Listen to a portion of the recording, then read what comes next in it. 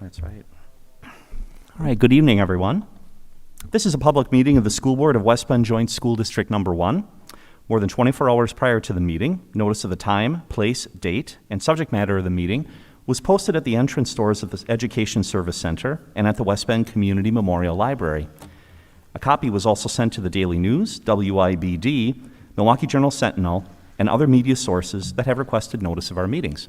I'd ask our superintendent to confirm that this meeting was properly posted. Yes, it was. Great, thank you. Let's rise, please, for the Pledge of Allegiance. I pledge allegiance to the flag of the United States of America and to the republic for which it stands, one nation, under God, indivisible, with liberty and justice for all. All right. Thank you, everyone. We recognize a quorum of the board with all 7 members present.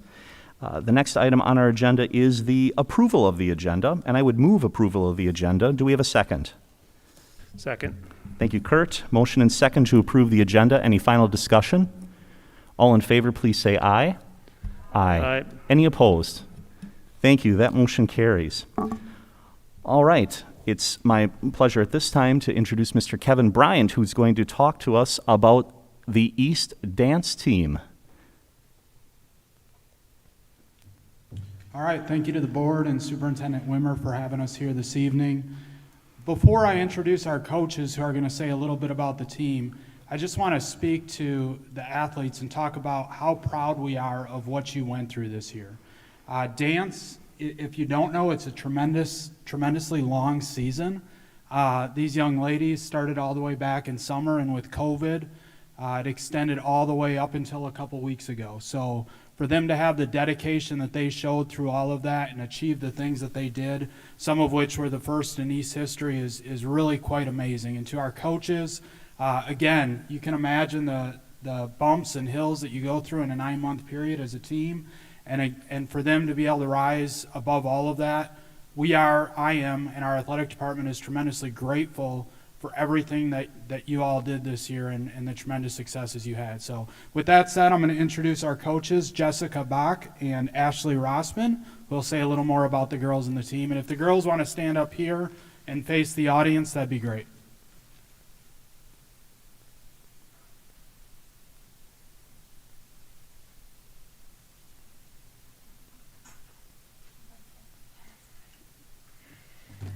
Hi, everybody. Can you hear me okay? I'm Jess. I'm one of the head coaches. This is Ashley. We also had a volunteer assistant coach, Natalie Bach, who is graduating college this weekend, so she was unable to attend. Like Kevin just had mentioned, this season has truly been like no other. The team has navigated through the mucky waters of COVID, and up until about halfway through the season, we didn't even know if we'd be having a competition season, so we were overjoyed that they did approve it through WACPC. Regardless of the real-world struggles, this team really has pushed through so much, from learning the tryout routine via Google Classroom to practicing in masks and being properly distanced for a sport where it is quite hard. And over that, they've come out even stronger. A 10-month season is always hard. It's hard and a long time for these girls to give their 100%, but they did just that and more. For the first time in East Dance history, this team took their D2 kick routine through regionals and onto state. These girls placed 7th in the state, and we couldn't be more proud. We also had one of our seniors play second team All-State with her self-choreographed solo, Maddie Bagley. So congratulations, Maddie. We also want to give a huge shout out and thank you to the East Athletic Department for always being so incredibly supportive, especially Kevin and Julie. Your support does not go unnoticed. For such a large district, having the support system is key. So thank you, Kevin and Julie. Now I'm just going to introduce the girls. We weren't able to have all of them attend, but I'm going to read everybody's names. So, starting with seniors, Tessa Zarillo, Sierra Erickson, Maddie Bagley, Morgan Lichtensteiger, Genevieve Brown-Felker, sorry Genevieve, Jocelyn Clark, Michaela Craighead, Jamie Emmard, Abby Frederick, Emma Henry, Emily Cleveland, Sarah Schmidt, Caitlin Schlomer, Kenzie Pantley, Sydney Noiser, and Ariana Christensen. Good job, girls. We're so proud of you.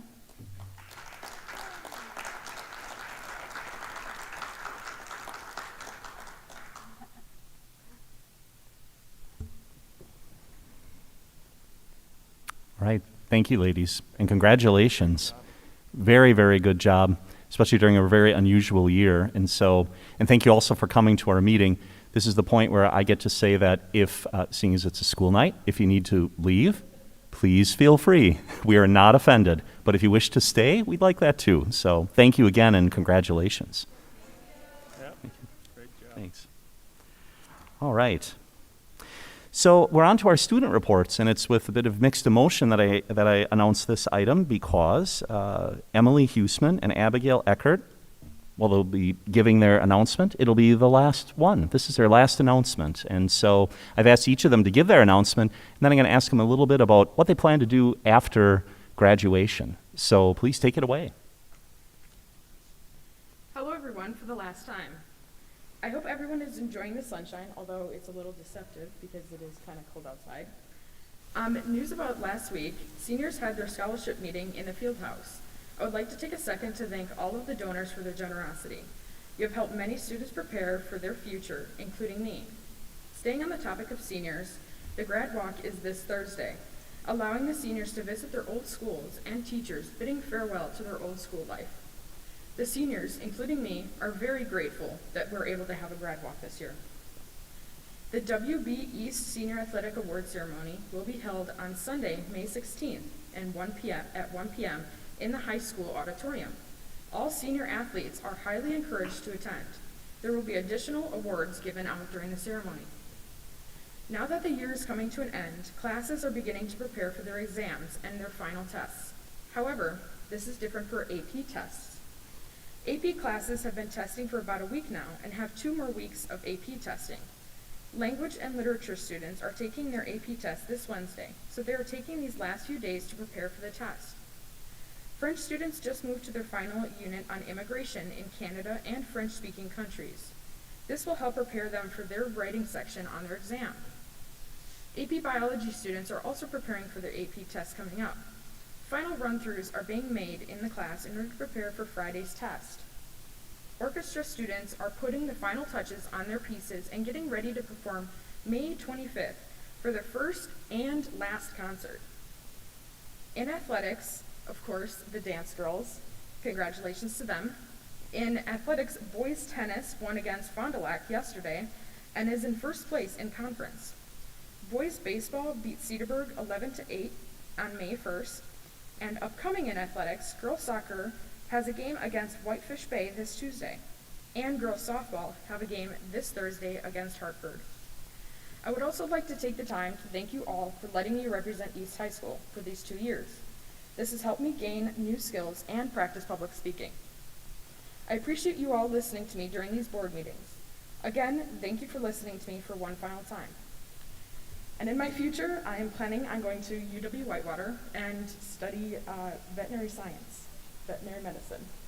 That's fantastic. And eventually I will be going to Madison after that. That's great. So. Emily, thank you very much. We wish you nothing but success in your future endeavors, and thank you very much for keeping us surprised here during, again, an unusual time, what's going on in our high schools. Thanks for keeping us connected. Thank you all. Yeah, best wishes to you. All right, and we'll hear from Abigail Eckert from West. Abigail.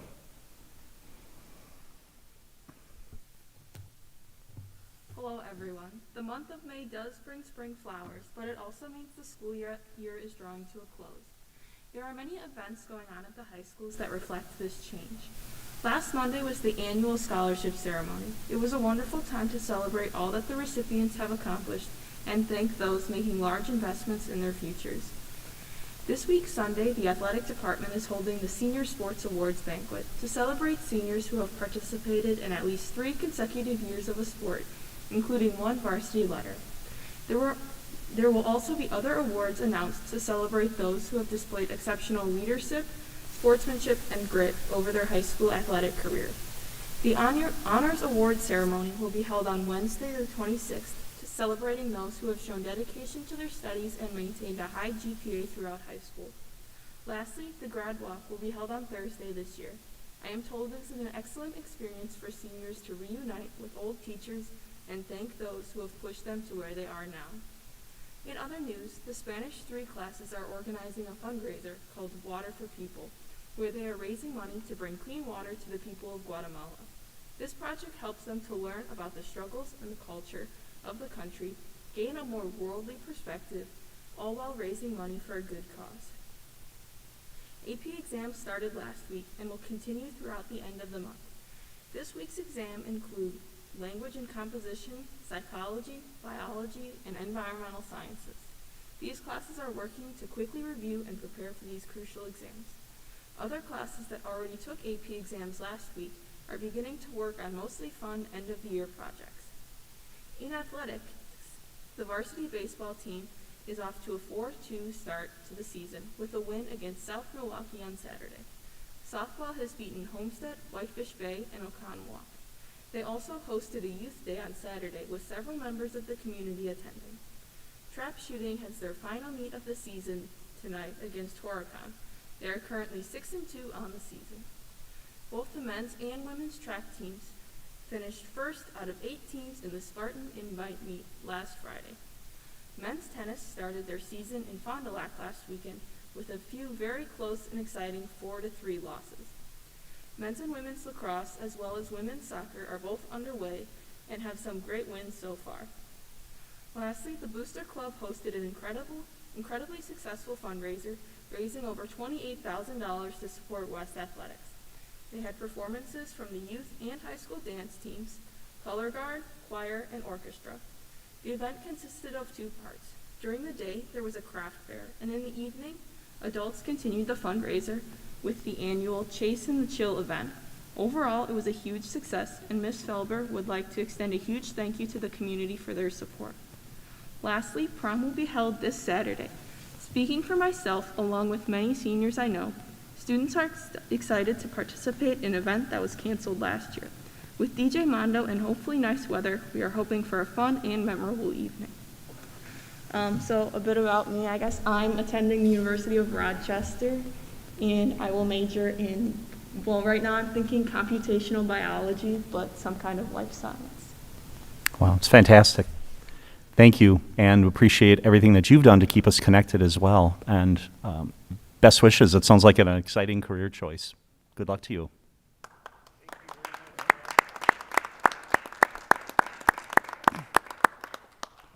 All right. We're on to the public participation portion of the agenda, and I've not received any public participation cards, but I'll pause for the moment. Is there anyone here who wishes to participate in public participation tonight? All right, seeing none, we will move to the next item on our agenda, which is the consent agenda.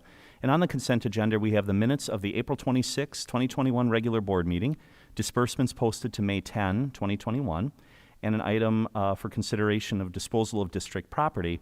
There were no certified staff contracts to ratify, no resignations, no retirements. I would move to approve the Mr. consent. President, Yes, please. there are 2 resignations. Are there? Oh, I apologize. Then I missed. Late additions. Ah, very good. Yep, thank you. All right. So we have 2 resignations to consider. Motion to approve consent agenda. Motions? Second. Thank Paul. you. Thank you, Paul. Motion and second to approve the consent agenda. Is there any final discussion? All in favor, please say aye. Aye. Aye. Any opposed?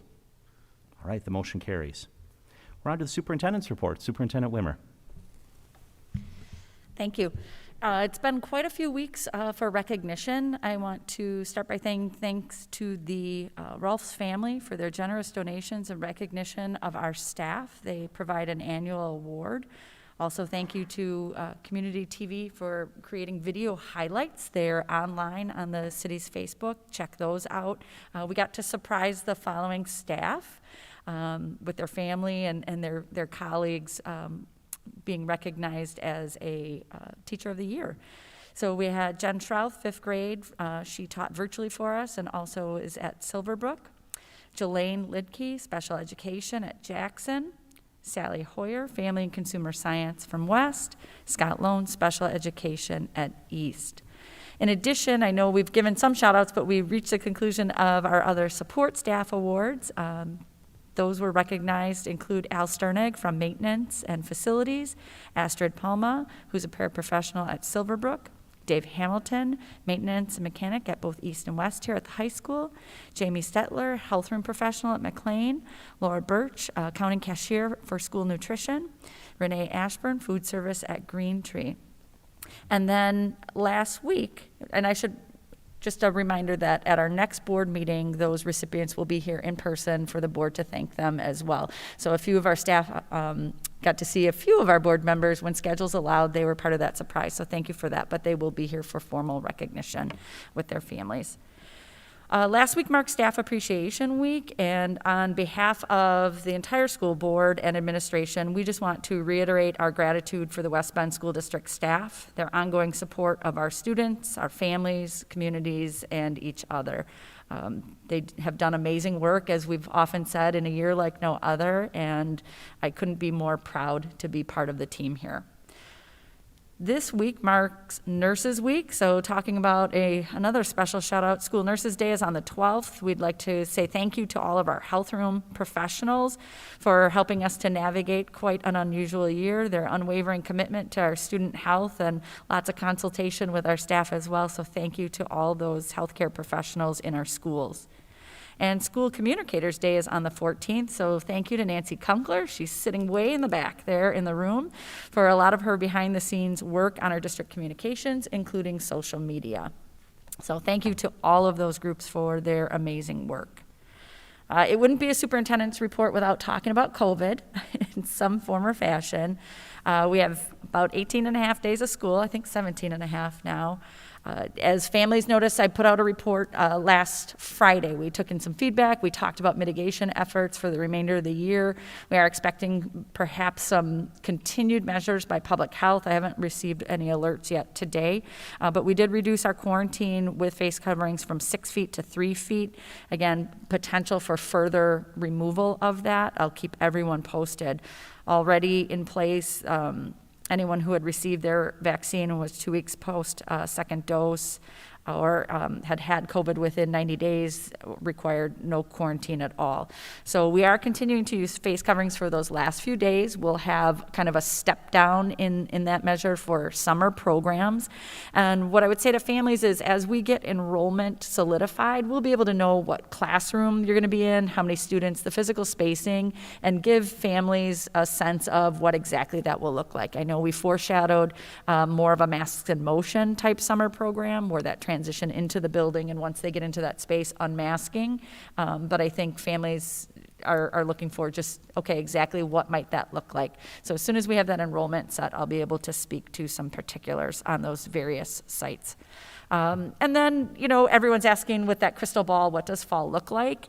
And our medical professionals are saying, this is probably going to go the route of much like a flu, where it will continue to morph and turn into different variants, and they'll continue to make vaccines available. I believe they just announced Pfizer scaling that towards younger ages. Just another reminder when it comes to vaccines that Wisconsin is a full choice state, meaning regardless personal conviction, medical or religious waivers for vaccinations. They're not something that's required by school districts in our state. But again, I think come fall, when we look at that, yes, there'll be wider availability to student age for vaccines, but I don't anticipate starting the year with any kind of face coverings. I would look at probably, and we foreshadowed in that last update exactly the measures we will keep in place, those extra cleaning, our diligence on monitoring those pieces. But again, my crystal ball says, nope, that we're going to be able to start great and that we will alert our families in an ongoing manner around what we're seeing as far as illness or attendance in schools so that they can make a choice. Masks are certainly welcome as an option in fall, but right now, if I foreshadowed, that's where I think we'll be. So we're going to finish out the last 18 days really strong and continue to push open all of our events for kids so that they are not missing out. You heard the kids tonight talk about prom, which is right around the corner, graduation, there's athletics. So again, potential for public health to do a further reduction. I'll keep everyone informed around that. Any questions? I know that's always a large topic.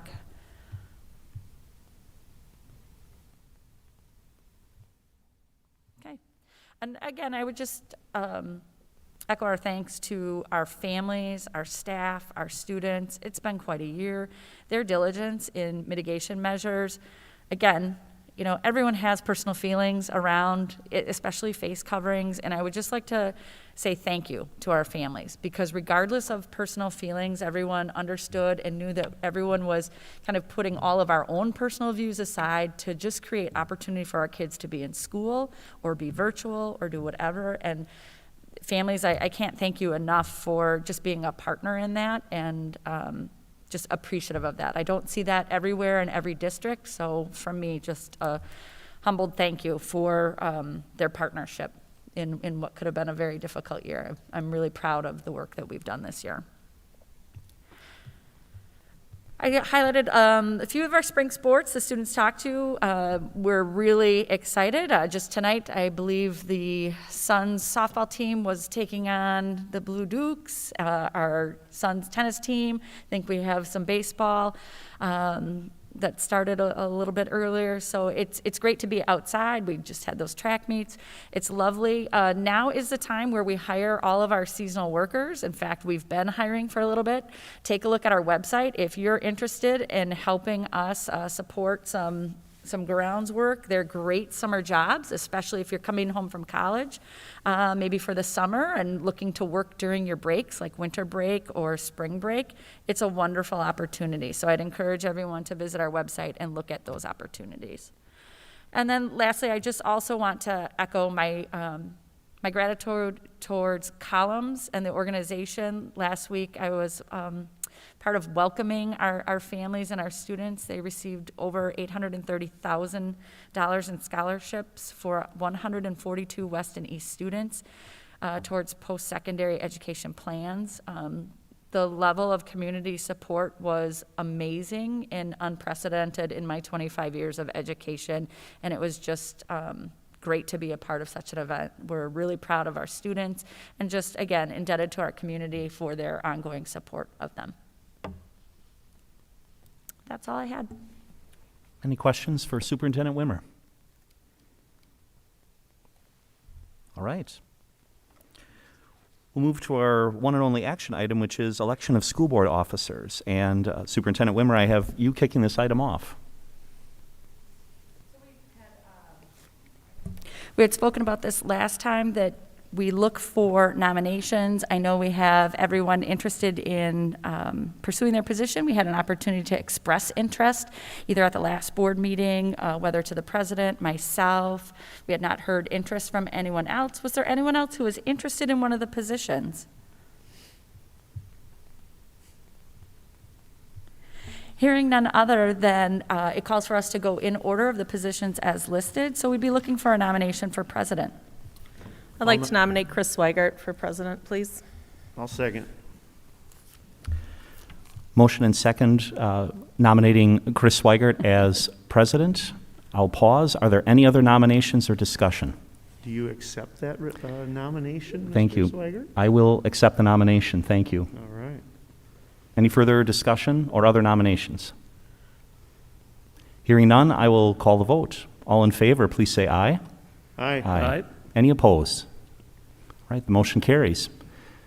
Thank you. The next position would be that of vice president. Do we have a nomination? Yes, I move for Paul Fischer as vice president. I'll second that, Tonnie. Thank you, Tonnie. Motion and second to elect Paul Fischer as vice president. Do you accept the nomination? Yes, I do. Thank you. Thank you. Any other nominations or any discussion?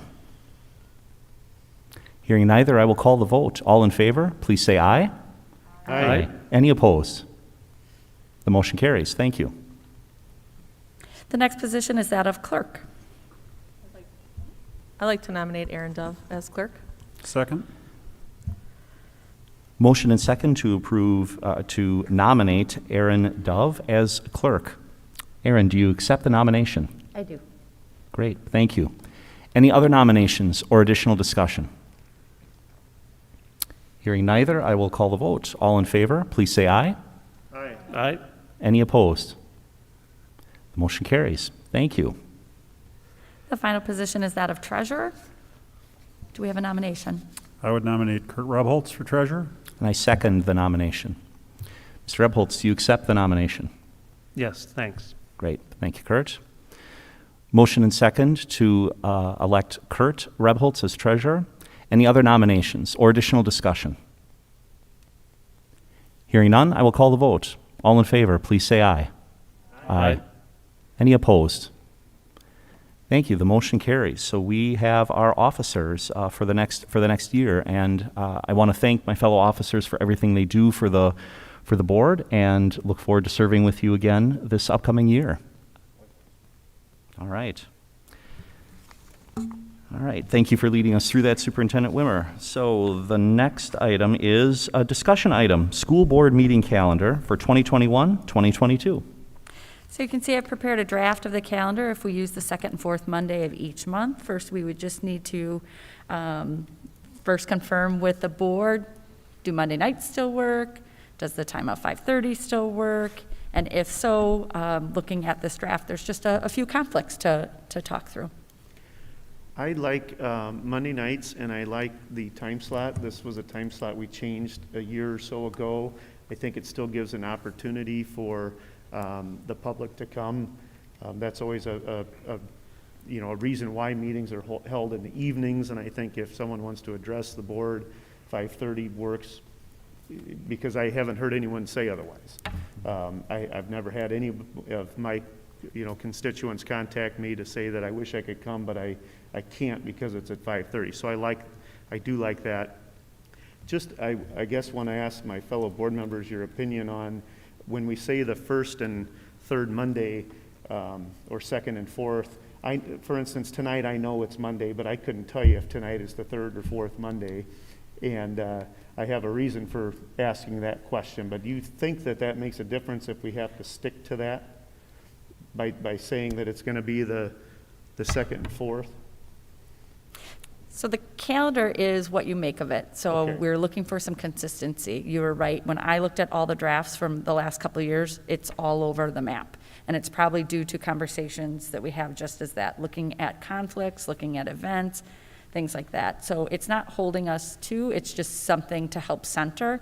There's nothing in our policy that holds us to always being the second and fourth. We're just looking for potential policy committee meetings, curriculum committee meetings to occur in that first. So that's leading before a board meeting for action. The reason I bring that up, I know there's a conflict the week of spring break, and then I also have a personal conflict that several of you as well with the School District Foundation, a big charity fundraising golf outing, which would be on June 27th. And so I guess, I don't know if this would fix some of those conflicts, but starting in the month of March, could we go, or excuse me, the month of February, could we go February 7th, February 21st, March 7th, March 21st, April 4th, April 18th, May 2nd, May 16th, June 6th, June 20th.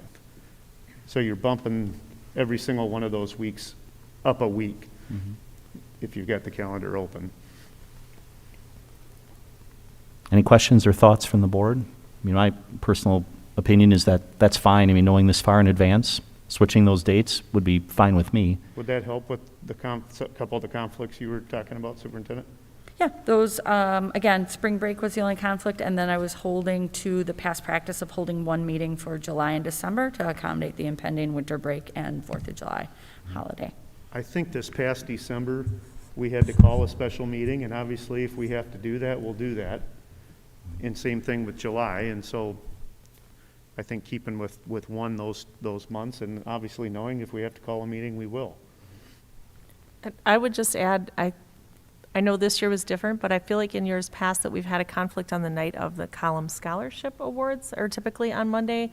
I know that we've had that problem, again, not in 20, but Laura's shaking her head too, right? 19, 18, I feel like we had it twice in a row. So That's a good point, Nancy, because I've got the program here. This year it was on May 3rd, so I'm assuming next year it would be on May 2nd. So that would be a conflict. So I mean, I just, as the superintendent has said, it is an extremely important evening in our community. So if board members, I know many of us attend for different reasons, perhaps you're part of a scholarship or you just like to attend, I would hate to preclude someone from doing that. So perhaps a time change for the board meeting. That might be even worse. I don't know, but I just don't want to conflict with that if we don't have to. I'm glad you brought that up, Nancy. I think that's important that the board be given an option to attend. That's, like you said, a very important meeting, very important presentation. So, Superintendent, I know this is not an action item, but a discussion item. Is this something that we draft, take back this feedback, and bring to a following board meeting? Yep, so I would want to try and get your feedback tonight so I can land on a solidified calendar, so I can bring it back for action and we can get that posted. If you want to look at another draft, I mean, it doesn't technically start until July, so I think as long as we get it attended to before we leave for the school year, I think that's fine. But we'd want to get it solidified before our families leave so that they know when our board meetings are. Yeah. So do you want me to mock it up? Maybe keep May the way it is then? Keep May with May 9th and May 23rd? Yeah, I would, to avoid the columns piece. We can look at the June amendment to accommodate that event, and then just the March. Did you want February? Because it's kind of then going, again, maybe this is why you had no pattern in the last couple of years. We could not find any pattern to them whatsoever, and I'm like, this is why. Yeah. The reason I would say move February up even is because then in March, you don't want to have a board meeting 2 weeks in a row. Right. So I'd move February, March, April all up a week, keep May the way it is, and then move June up a week.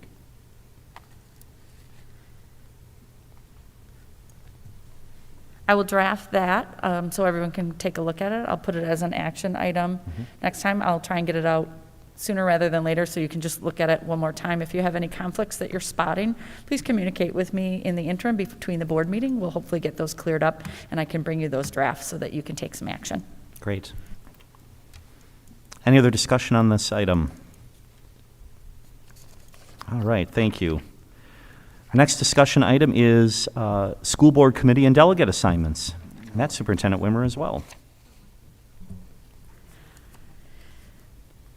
So this is a time when we would declare the delegate positions, our committee positions. Currently, we have 2 committees in play. We have a curriculum committee and a policy committee. Recall that we suspended a policy that had several more committees. What we've been doing is kind of identifying that first meeting of the month as informational items and then action to follow so that the board has time to all fully weigh in. But we've had a separate curriculum committee, just given the work before us with curriculum as well as policy. So I would recommend continuing with those 2 committees separate, and we'd be looking for chair and participants.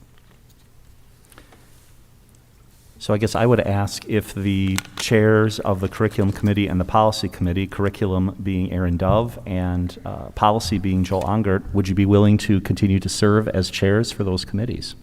I would. I am. Sure. Okay. Unless anyone else wants to. Are others interested? Well, good. And as it relates to the members of the committee, so the curriculum committee has included Erin Dove, Tonnie Schmidt, Nancy Justman.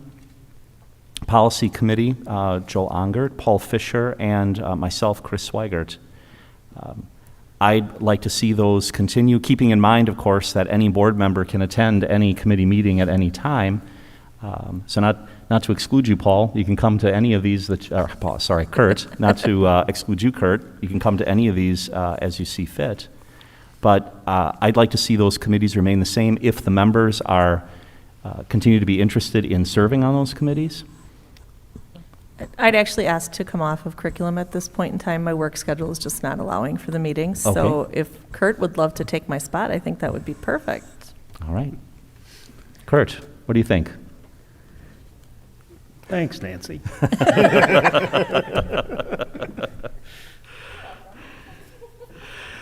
So Superintendent, this is a discussion item as well. Is this something that we would take up as action next time? Correct. This is just a discussion, so when some people get put on the spot, they don't have to feel that they're overly committed.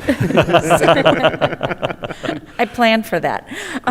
So again, if you're interested, we'd be looking for someone to join the curriculum committee. If you wonder what that's about, please feel free to reach out to Erin, Tonnie, or Nancy as members, or Laura Jackson, our Assistant Superintendent of Teaching and Learning, who oversees that committee as well. And then Policy Committee, looking for those to continue. Next is a CISA representative. We participate with CISA 6. They generally have an annual meeting. Paul Fischer has been our representative in the past for our CISA meetings. Paul, are you interested in continuing that? I'm fine continuing in that capacity. Great, thank you. Was anyone else interested? I'll stick with the WASB delegate unless anyone wants to do that. I kind of enjoyed the 4-hour Zoom WASB meeting this past year and kind of got a kick out of it. So I'd be happy to do that again unless anyone else wants to. Anyone else? Thank you. And just a reminder, WASB publishes their resolutions prior. We have an open board discussion to help our delegate know in which way to represent our district at that meeting. And the other is the Head Start Policy Council. So I do that right now, and I enjoy that, but if somebody, I've done it 2 years now, so if somebody else wants to take that, they're welcome to, but otherwise, I'm happy to stay on there. Congratulations. You're it. Well, I think with this commentary, we've got that roughed in pretty well, but we'll bring this back to a future meeting for action. I'll add those names and formalize that for action so that you can approve those assignments. Okay, great. All right, thanks everyone, and thanks for your continued service in all these various capacities. We'll certainly talk more about this item at our next meeting. All right, next discussion item, potential for revision of 2021-2022 school year calendar. And that's Superintendent Wimmer also. So it might not be widely known, but we are actually held by state statute that we're not allowed to start school until after Labor Day. So that's the one thing where we don't quite have the local control over per state statute. There has been some movement in the past to try and advocate for schools to have that localized control over their calendar, but it has not been successful. This year, I believe Senator Alberta Darling is asking for that for at least a year, just given the pandemic and people needing to look at calendars and being able to start, much like our private or parochial partners, at whatever our board deems. So we think that it's potential that this actually may get some traction for the next year, that boards would be able to start a little bit earlier. We already have a school calendar in place, so when I looked at that calendar, the one thing that was of benefit for our students, our families, and our staff was extending our winter and spring breaks by a day so that our staff came back first. We got a lot of feedback on that, and it allowed our staff to plan for, and it helped us mitigate, monitor, and co-serve in virtual or regular environments. That planning day was really, I think the board heard from staff members, we certainly heard from staff members, just how transformative that was for their practice. So should that go through, I just wanted to know the board's appetite for looking at the calendar. You have the current calendar that was approved in front of you. I wouldn't look for any large-scale change. You see that Labor Day starts on the 6th. We would look for the 30th, 31st being added to that calendar so that we could get those days in post-break. So I don't have that mocked up or anything. I just really wanted to see the board's interest in perhaps looking at the calendar a little bit differently, given we've had some differences in our years since you last approved this. Superintendent, are we in the 2021-22 school year, are we back to the required number of hours per state statute? Correct. Okay. So we have no indication that they would have a waiver. The calendar that you previously approved meets those requirements as stated. In fact, we generally are in excess of those requirements for instructional minutes. That allows us a little bit of a buffer for snow days, inclement weather, things of that nature. But we would be held to that as well. I don't anticipate any waivers in the future. Thank you. Can I just clarify, you mentioned not starting before Labor Day, but Labor Day is the 6th and we're starting on the 1st. So is it, you can't start before September 1st? The nuances of last year's calendar, or this year's calendar, I would have to ask someone historically to speak to that. I see Laura getting up to speak to that one. The statute, I think, is just September 1st. It's the, yeah. Yeah. Does that Yep. sound right? Yep, it's the September 1 date. Okay. It just generally coincides Correct, with. yeah. But that's what it's for. It's designed for around supporting travel tourism to our wonderful state of Wisconsin. Just looking at that so that we're not starting too early, and vacations are important for families. Goodness, everyone's ready for one right now. So I'm glad that we have the day off for the students, at least on Martin Luther King Day. That's been a topic in the past that you happened before you were with us. So I just wanted to extend my appreciation for that. I know we also tried to make that a day off for everyone, but there was just no other place to take it out of. So I'm glad that we can at least give that to the students. It is, you're right. we talked about that with this opportunity and relooking at the calendar, and the semester falls in a way such that we didn't want staff to then be forced on their day off and day of observation to be working and to get their records and grading done. That's what it would be, and it would almost be a false observation for our staff members. So we did talk about that, and was that a potential? But as you noticed the last time you designed a calendar. So really the only thing I need is the board wanting to maybe look at the calendar.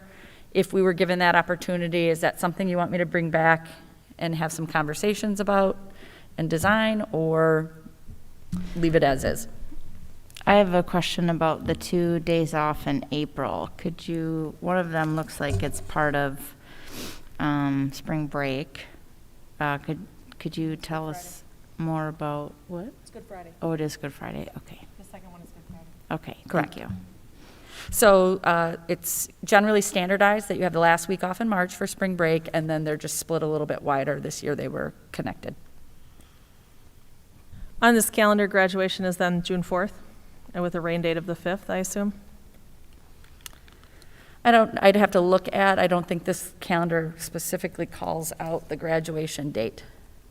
It was intended that the graduation would be the first Saturday in June. Looks like the last student day is the 3rd, which Right. that's what it leads me to believe. But it's not so stated on this calendar. Superintendent, when students go back to school, when we've always had that September 1st day, when the first day of school is on a Friday, that just seems weird, that kids go for one day and then it's the weekend. In this case, it would be a Wednesday, Thursday, Friday. So that's a little bit better. But what is the preference, I guess, for both staff and students? Is going back to school after the summertime tough, having a full 5-day week? Or would teachers prefer that? Would students and parents prefer that?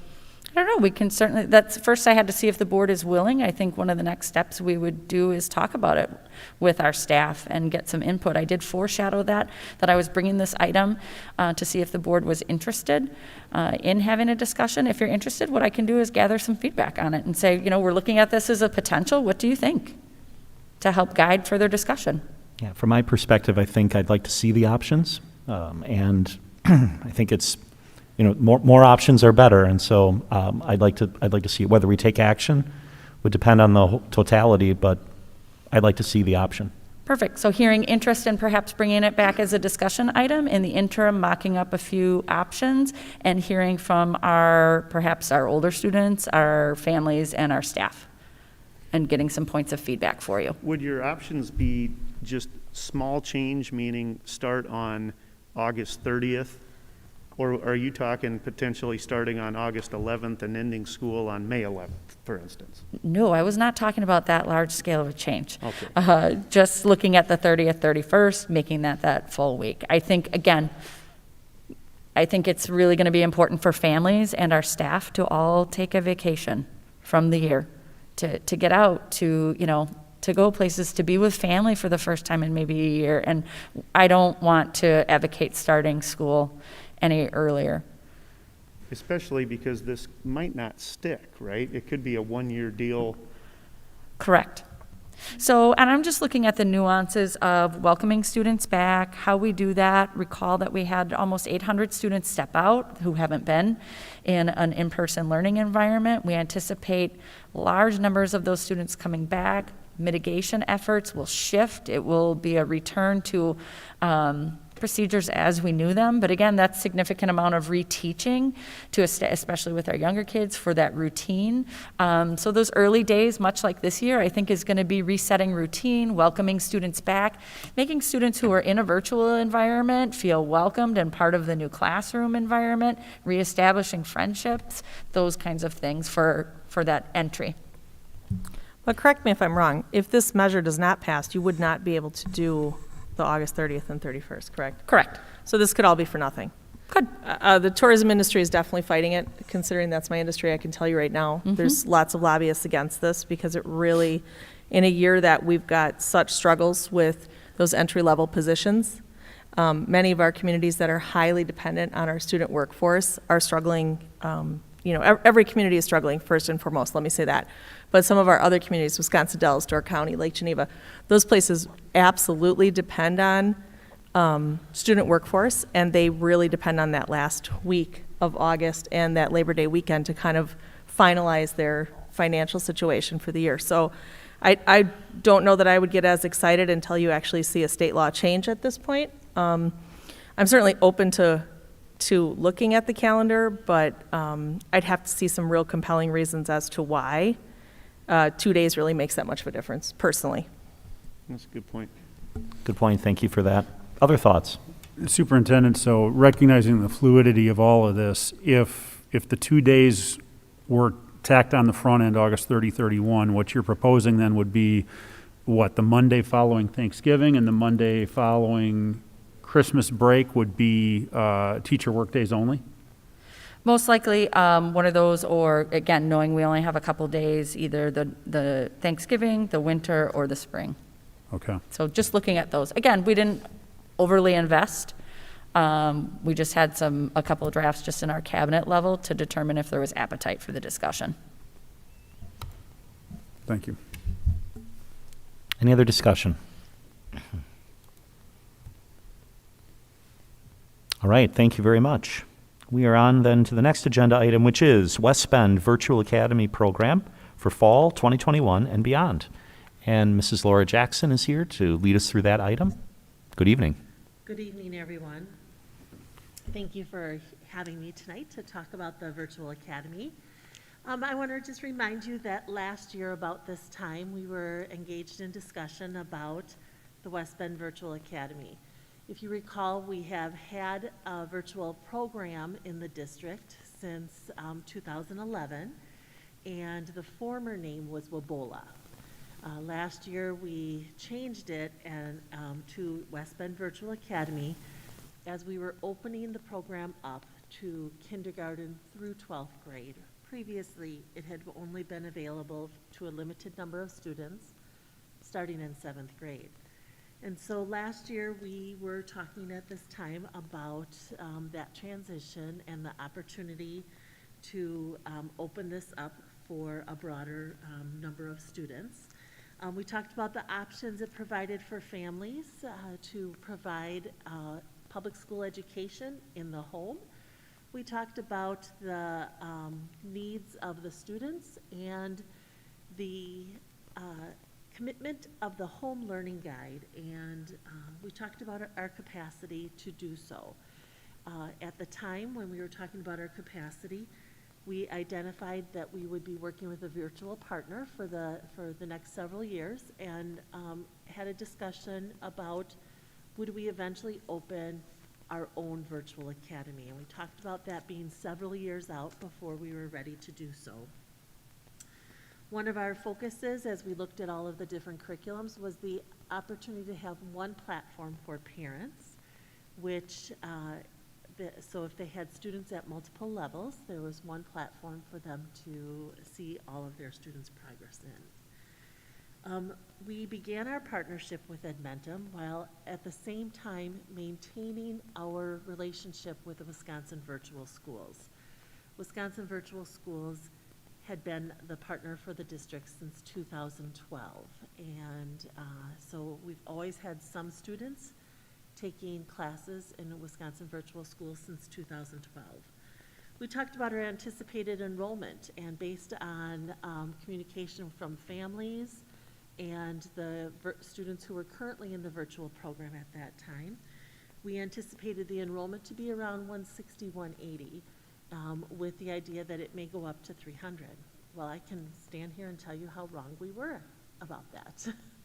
The conditions of the pandemic and the ongoing pandemic boosted that enrollment significantly. And from the end of July to the middle of August, to the beginning of the school year, we saw that enrollment jump to the initial start of the school year. 1,300 students were engaged in the West Bend Virtual Academy. The ongoing pandemic brought many concerns for our families, many concerns about their own health and their student health. And so we saw this unusual large jump. That was seen across the nation and throughout all of education. We did not plan on having our teachers teach in the virtual academy, but this large number of students enrolling in the virtual academy meant we needed to make some adjustments. Those adjustments included, first let's talk about staffing. Again, we didn't plan on having any of our teachers teaching, but when we had that large onslaught, we needed to do some reassigning of staff. So we ended up with 29 teachers serving students in the virtual academy, either as their IEP specialist to provide some individualized supports, or as a full-on teacher of a grade level or a subject area. And we also had added on 2 success coaches that are working part-time for our students in the program, in addition to the guidance counselor that was assisting with student success. One of our instructional coaches and one of our instructional coordinators shifted their roles and spent a significant amount of their year engaged in the virtual program. Now I want to take a step back to August when all of this was happening, and we were still at that point trying to provide for families the opportunity to really evaluate if their student was a good candidate for a virtual education, because virtual education is hard. It's hard for a student to navigate that. They have to be focused and engaged, self-motivated, able to track their own calendar, and have some technology skills. For our youngest students require their parent with them and a family learning guide at home, providing support 4.5 hours a day for their instruction. We started in July talking with our families about those considerations, and the ongoing pandemic caused a different situation. And I have to give Jen Wimmer a lot of credit for the adaptability of this district to provide the staffing, to make the allotment for families to make that choice, first based on health rather than simply looking at the qualities of a student that makes them successful in the virtual program. That adaptability allowed families to access the virtual program on a much broader basis, and that was significant to our families. Once the school year started and families got rolling, they could see how things were going in the schools, watch the COVID report, and see how transmissions were happening, how many students were out on quarantine. They could monitor that for themselves and make some decisions for them, what's best for their student. So around semester time, we had been shifting students back to in-person instruction as needed during the course of the year. And then around semester time, we're a little north of 800 students participating in the virtual academy this year. So with that, some of our students totally thrived in the virtual environment. It was a great learning experience for them. They accomplished things that they didn't know they could, and they loved learning through this methodology. Some of our students really, really struggled. And that's the fact of the matter. Some just struggled. Virtual learning isn't the place for everybody. there's many challenges with it that aren't just about the instructional format. Our at-home mentors, some of them loved this opportunity to be with their child, to be engaged in the instruction with their child, to work through the learning aspect with their student, and they thrived on that. Some of our families made huge adjustments in order to have another member in their bubble be able to support the student while they worked. And some of our families really tried to pull it off, and it just was a struggle to be your at-home learning support for your child while also working from home. So we saw many challenges of rapid growth, as did our partner at Edmentum. And we had a lot of lessons learned from this year.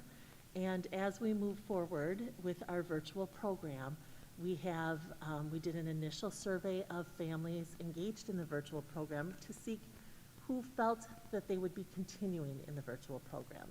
At this time, we're completing a survey again of all of our families in the system in order to see who is committed to seeking a virtual program for their child. At this point, we have about a 30%, a little north of a 30% response rate to that educational options survey. It has been resent to families who have not yet had an opportunity to respond to that, but that will guide us in the type of programming we need to provide. At this time, with about a little north of 30% responding, at our secondary level, we have slightly less than 30 students, 29 students seeking a virtual education, either hybrid or full-time virtual next year. And at the elementary level, less than 10. So the numbers are significantly lower than this year. And I think that, yep, Tonnie? 10 or 10%? No, 10 at this time responding to the survey. Versus this year? Versus this year, correct. No, I mean, what was the number enrolled this year? Well, we had, so of that, currently the number seeking it for next year is about 40, just south of 40, and we started the year with 1,300. But Jan, just to clarify, you said it, but I just want to be absolutely clear, the 40, that's out of the fraction that have responded. So more respondents could increase that number, but I think that's an interesting preview. It is. Yeah. So we did expect to see a lot of our students coming back to in-person instruction, and that speaks so much to the value that in-person instruction provides to our students on a daily basis and to their families and to our community. Many of our students who were virtual sought other ways to engage. So we had a lunch bunch added for our elementary students. The younger sought opportunities to engage in virtual meetings, not just class, but also some socialization virtually. And our upper grade students really sought one-on-one attention from teachers, more so than full-on class discussions. So very different approaches, but pretty consistent based on their grade level and age. So right now, again, we only had a 30% response rate. We've sent a direct communication to families. So families, if you're watching tonight, please do complete that survey because that impacts our planning for fall. What we are seeking to do is to provide we have a systemic plan for a virtual program.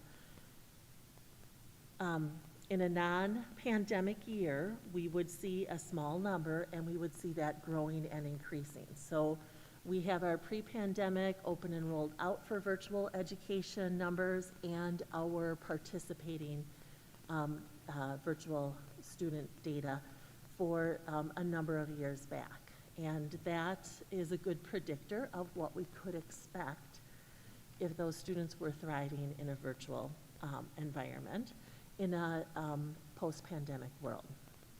So we're not yet in a post-pandemic world, and we don't know where we will be in fall. We know that, and we gave notice to Adventum, that we were not continuing with them through next school year because there were a number of challenges that were faced that were not simply because of the pandemic. Some of that had to do with the software and some of the programming within the software, particularly at the high school level, but at every level, K through 12. So while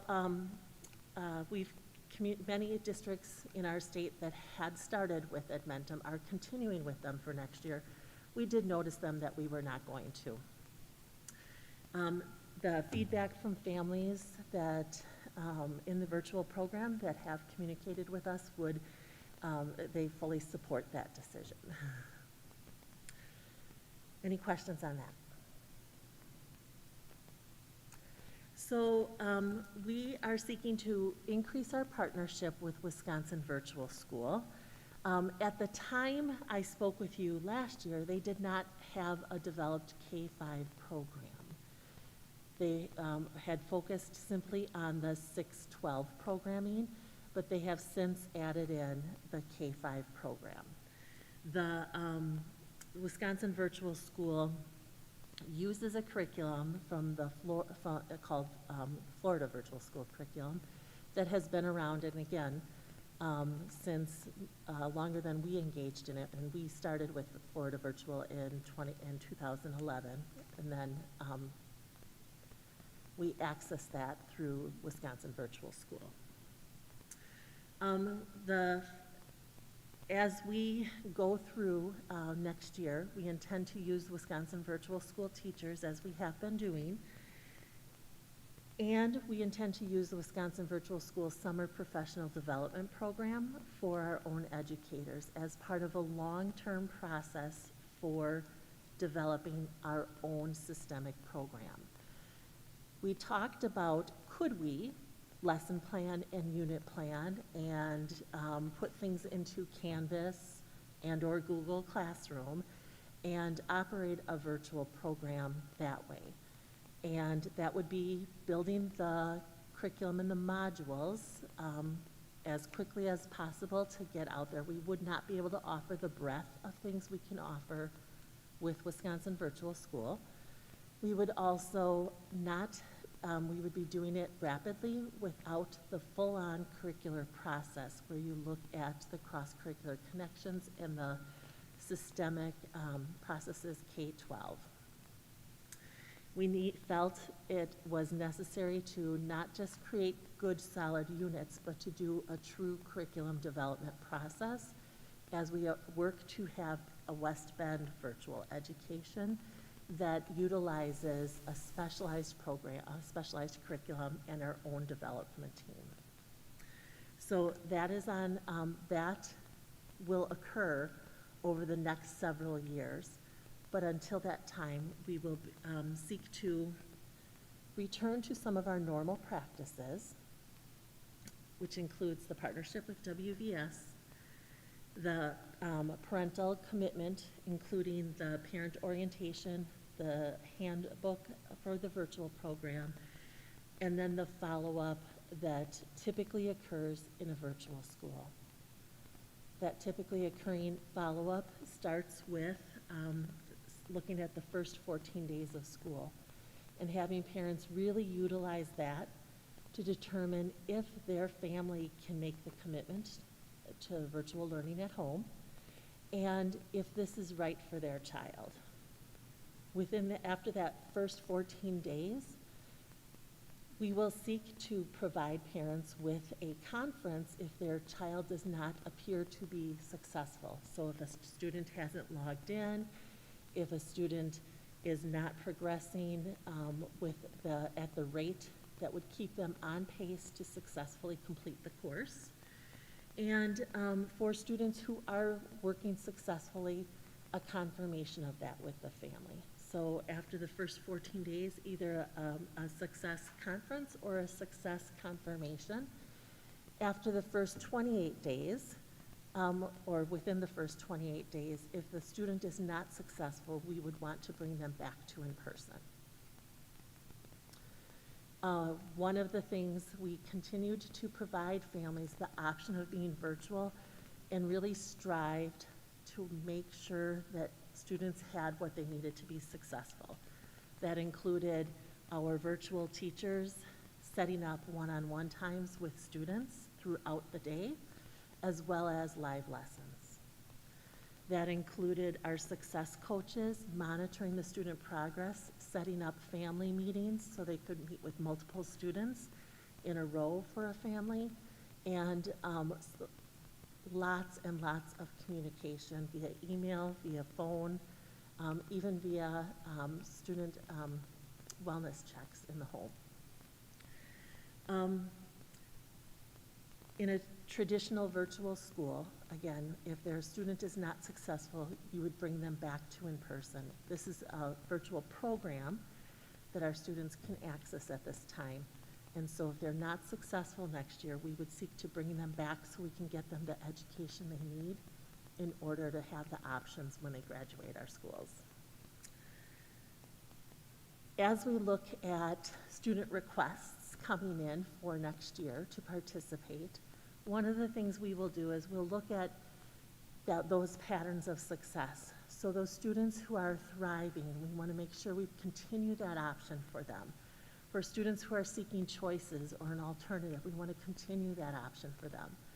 But if a student has been truant from the virtual program, or a student who is typically excelling, typically meeting standards, is failing or not able to do so, we want to bring them back into our schools so we can give them the support and the kind of education that they do thrive in. What questions do you have at this time?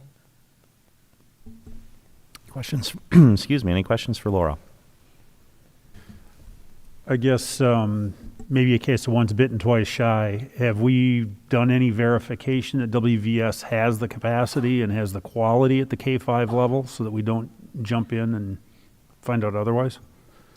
So we've had numerous meetings with, so Wisconsin Virtual School is a program operated by the state of Wisconsin through CISA 6 and as part of the Digital Learning Collaborative that the state has really developed over the last few years strongly.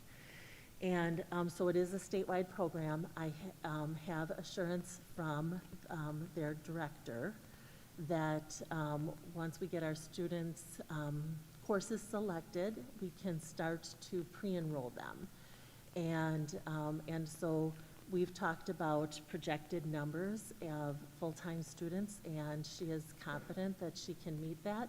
However, if we wait till August 15th, there may be a delay if they have to hire new staff or anything like that, or there's a large surge. So if we started in August with, 200 kids, and August 15th we had 1,300 again, we'd have a delay. Understood. And I appreciate the tempered approach rather than just rushing out and developing our own curriculum to be able to say we have this next year because, the drop-off, and granted, it's only 30% response rate, but is that drop-off in part because this year was not necessarily the best experience? Let's get them into a good program and let's get a few positive years under our belt without all the extenuating circumstances and see if virtual really is where this community wants to be going. Agreed.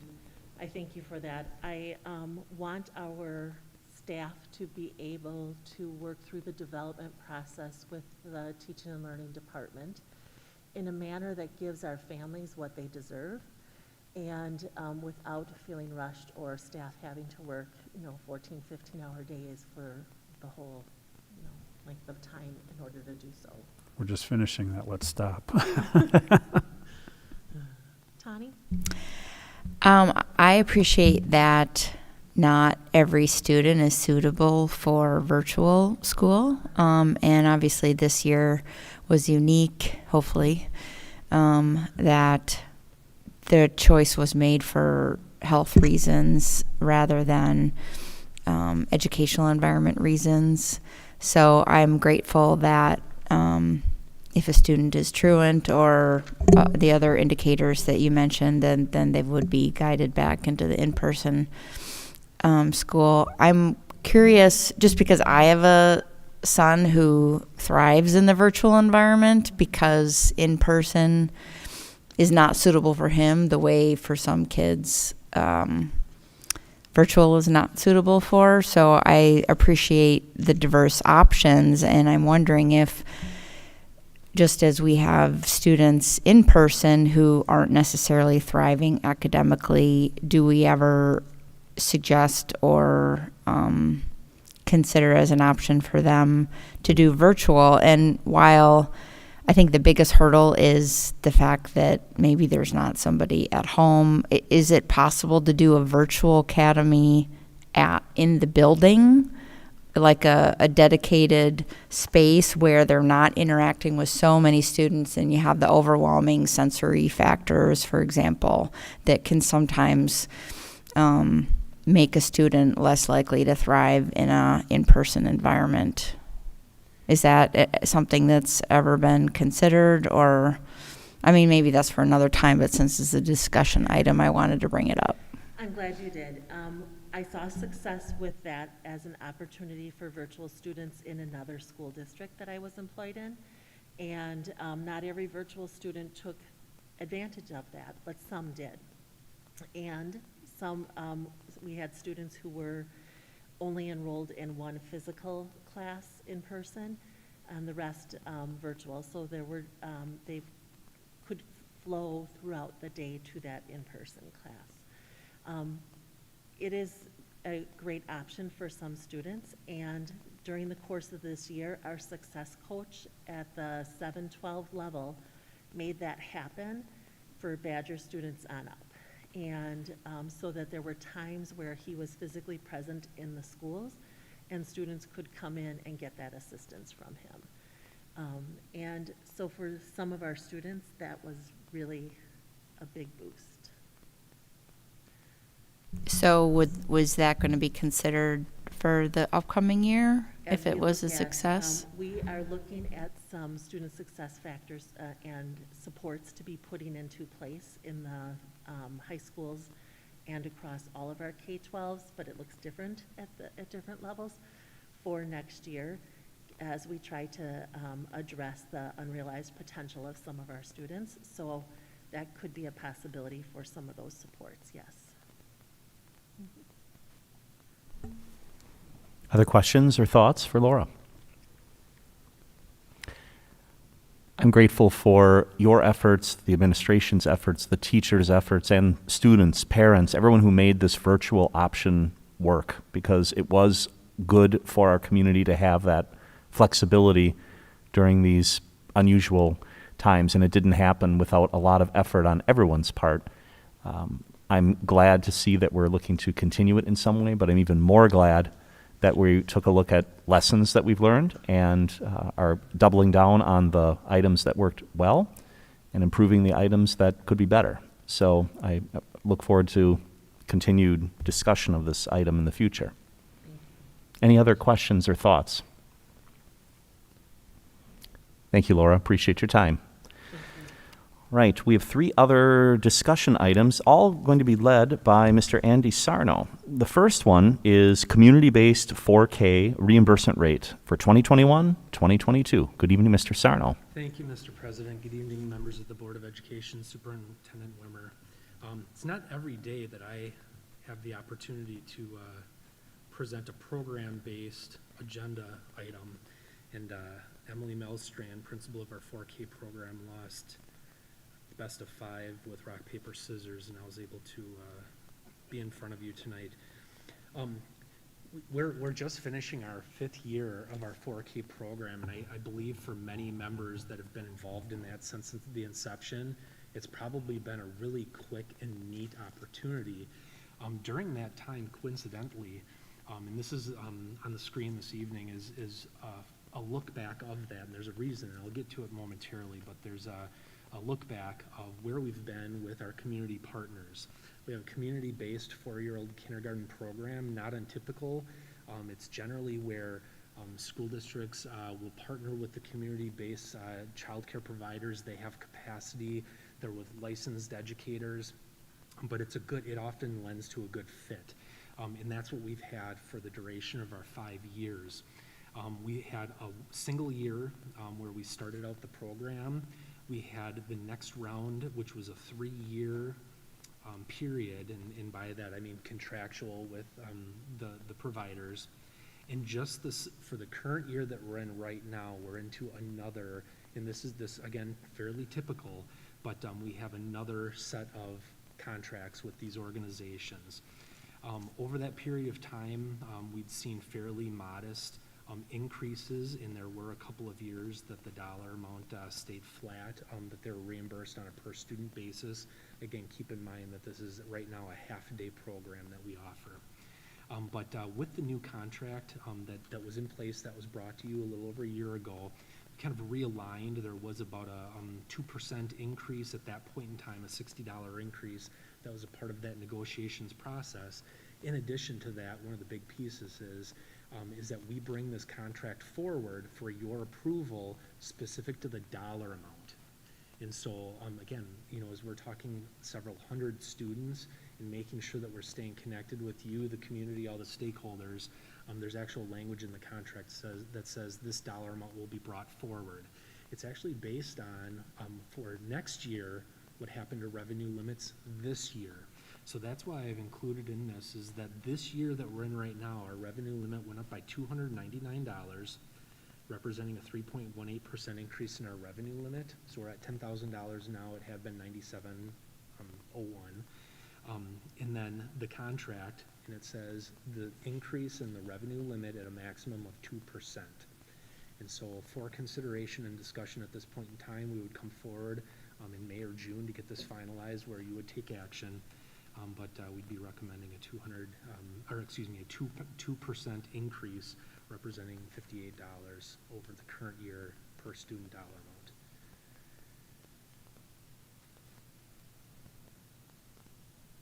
Any questions for Andy?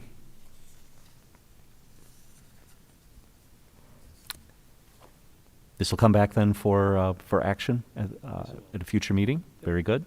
Thank you. All right. And then our next item is budget amendment for the 2020-2021 school year.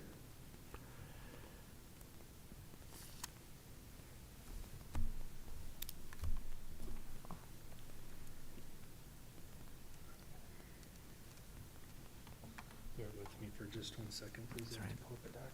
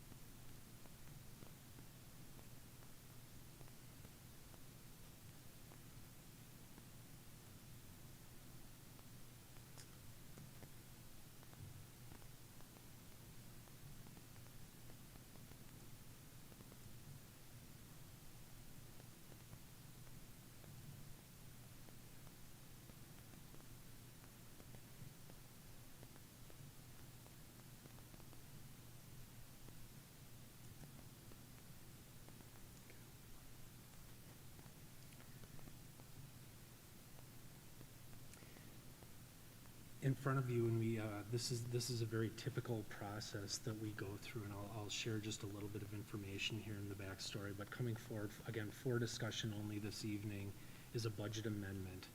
So a typical budget timeline is in December, and what I'd classify after we set the levy, the final budget, the mill rate, we'll make some estimates for the following year. So that starts in December. And if you track through, and these are some higher level milestones, there's additional granular work that happens in between. But by the time the August audit rolls around, and that's finalized and brought forward in December, coincidentally 2 years have passed. So it's quite the process that we have from the beginning, where we start to look at the initial information, until a final audited document is in front of you. This evening, we have, again, for discussion, is a proposed amendment to the current year budget. I often believe and I discuss a budget is a living document. It's a financial plan, and sometimes or quite often that financial plan changes based on different inputs and whatnot. But this, as you can see, and this is just a quick little glance, is step 7 of the budget and adoption process overview on the Department of Public Instruction website is a budget amendment. So changes and whatnot reflecting a difference in change of the spend plan at a new point in time. It's a fairly, and this is again step 7, it's a fairly formal process. As I stated, it's a very typical process. It requires board action, so at some point here in the near future, before June 30th, we would be coming forward asking for approval on a document. It would be publicized, so it's a Class A notice that would be posted in the newspaper, very similar to when we have the annual meeting, with a very long set of information comparing 3 different years. We'd be bringing that forward in the newspaper within 15 days after the board approves a revision.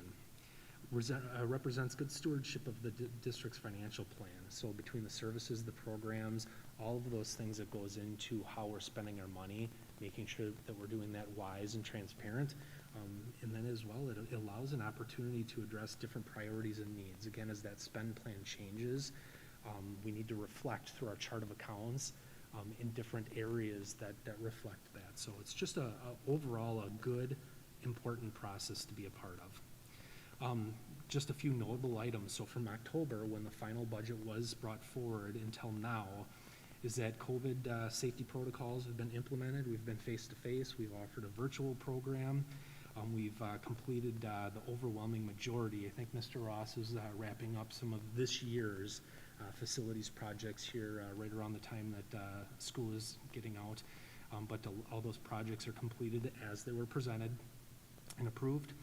Staffing compensations were implemented back in December as a part of our teachers union, as well as all the other different employee groups. Virtual platform was utilized, and we really focused on student learning. Again, last spring was interesting. We made sure that we were focusing where we could with student learning. Yet at the same time, and I need to be very careful on how I say this, we were conservative with how we spent, and we were fairly frugal with how we spent. So there are certain areas, professional development. I attended a conference virtually this year. There wasn't a typical go to Wisconsin Dells, be in a conference room for 2 or 3 days. So some of the virtual opportunities like that changed our spend plan. I think people, just the uncertainty of what was going to transpire over the course of this year, we're just really conservative, and they're frugal with their money.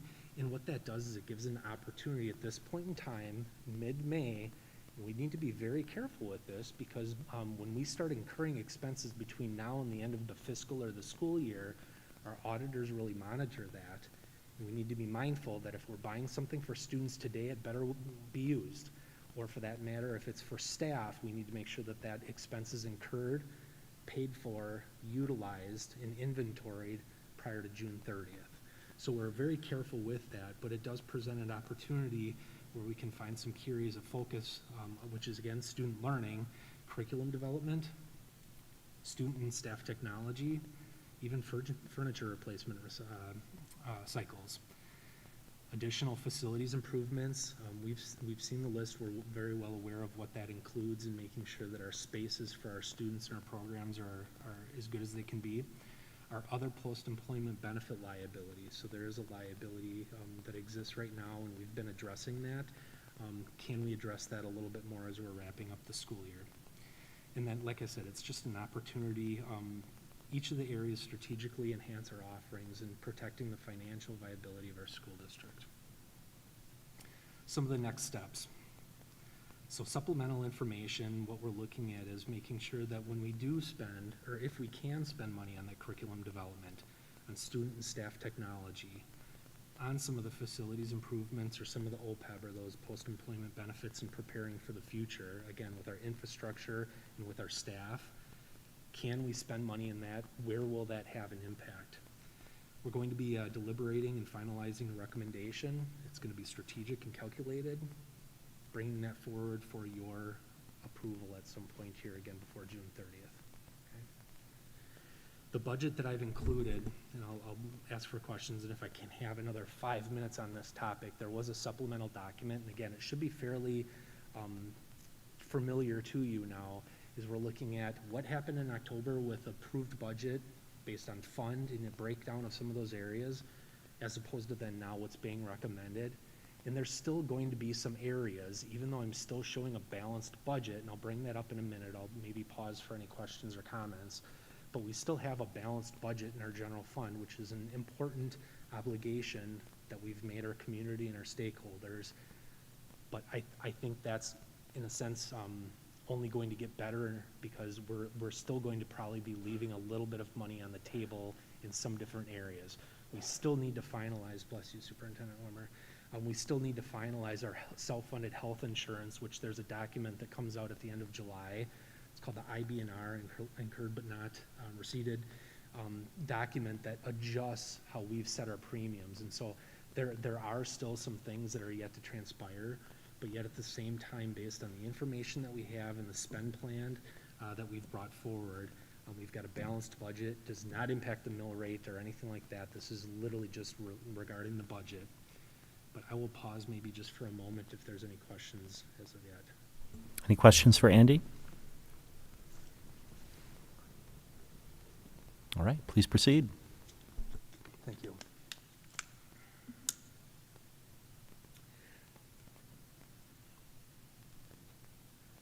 Let me see if I can't make that just a little bit bigger.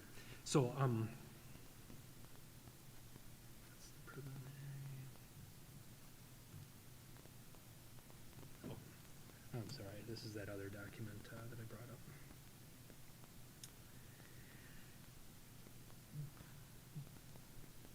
What's been incorporated into this, and again, I hope, and I hope that I'm respectful of your time, and quite often I share this often, is not even just information specific to you, but trying to make sure that I allow an opportunity for the members of the community, our staff, other stakeholders, that I share enough information, kind of find that right balance.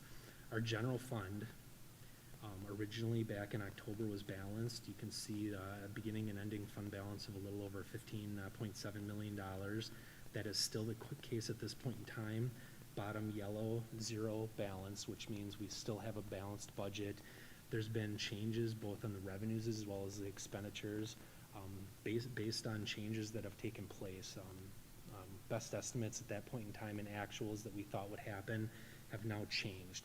People changing insurances, those reflections in the purchase services where we thought we were going to be having certain activities take place. But again, a balanced budget within the general fund. What I've done here as well is identifying last year at this point in time, we made an amendment that included moving some of the money, excess money out of Fund 41, which is our capital facilities trust, moved some of the expenses back into the general fund. We had at this point in time, and again, I'd like to receive any input you might have on this, but, and I'll show this in just a second, but I've allowed for the opportunity to move some of those expenses, balance out where we transferred $1.1 million into that fund, and still leave that money available for future years. So right now, we've spent about $1.7, $1.8 million. I've allowed for that to come back. The second thing that this reflects in the benefits, you'll notice that there's a slight increase of about $110,000 is we've transferred some additional monies into our post-employment benefit trust. So that was something that we had last year. This coming year, a year from right now, will be the first year we're going to have health continuation and a 403B contribution simultaneously happening. One dwindling off, one just starting. But I think we need to be conscious of how we're setting dollars aside for future use. Fund 21, I look back to my quarterly and even the monthly expenditure reports. This now reflects, because a new GASB, Governmental Accounting Standards Board requirement said you have to have all of your high school activity within this fund. We migrated, which is why there's now a very large dollar amount.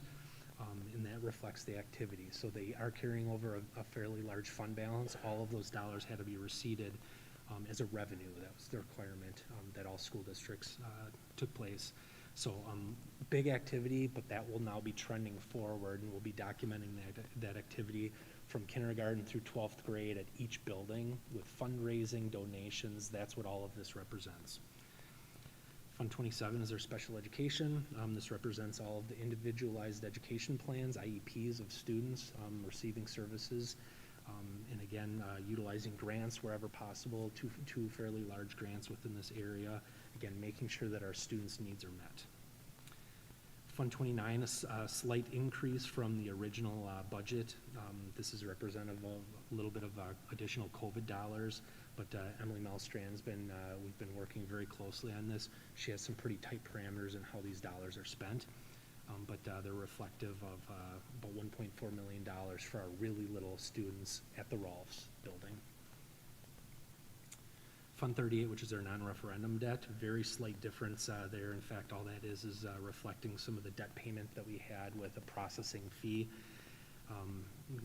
Nothing to be concerned about by any means. Fund 39, referendum debt, reflected there is the updated dollar amount for the refinancing credit. If you remember, those are governmental subsidized debt issues. And the dollar amount that is subsidized on our behalf, we have the actual dollar amount that's been updated. That's what translates to the low interest rate on some of those issues. Fund 41, this is where you can see about almost $500,000 of recommended at this point in time monies to be moved back into the general fund. So I've aligned the revenues and the expenditures to be similar, allowing us to carry over that $1.7 million of fund balance from beginning to end. Fund 46, originally we thought that we could incur some expenditures there if we needed it, where we exceeded that fund right up above with Fund 41, shift some of those expenses down. At this point in time, we do not need that. As earlier anticipated, even though Mr. Ross has been able to complete those projects as scheduled. So I've reflected that with the decrease in the expenditure. So again, we're able to carry over that $3.6 million fund balance for future use. Fund 49 is the Barton sale. No activity this year, but I just wanted to reflect that there's $540,000 of fund balance that's been carried over that is available for use at any point in time. I think it should be around a strategy and whatnot, but I just wanted to reflect that. So no change within our Fund 49. Fund 50 with Abby Padilla in our nutrition services group. She's seen a very interesting year. I think she's done a great job adjusting, meeting both our face-to-face students as well as our virtual families. Very large variance from the beginning October budget to now. Large federal reimbursement, state reimbursement. We've actually been having a fair amount of students bringing their own meals, but still participating in the milk purchase and things like that. So all of this is reflective of both her expenditures driven by the revenues, and she should have about a $60,000 increase in her fund balance. I will report in just a couple minutes that we are looking at an equipment replacement cycle. Some of her equipment is getting towards its life end, and we need to start looking at how we're going to start replacing that. This is going to be key in utilizing some of that fund balance to assist in that process. Fund 73, which is our OPEB trust, other post-employment benefits, the positive $728,000 down in the yellow. Again, that's representative. Our auditors, or excuse me, our actuarial study recommended getting more aggressive, again, as we're anticipating the next couple of years' activity. And we're able to accomplish this, again, without having an unbalanced general fund budget. So again, preparing for the future to be finalized and making sure that this is a wish of the district. Moving forward. Fund 80, middle school sports started out fairly slow. We're able to end up having a spring season, but the only difference is reflective of that and not having a full fall and winter season. But still doing the school resource officer, some of the before and after school programs that are offered are still reflected in this budget.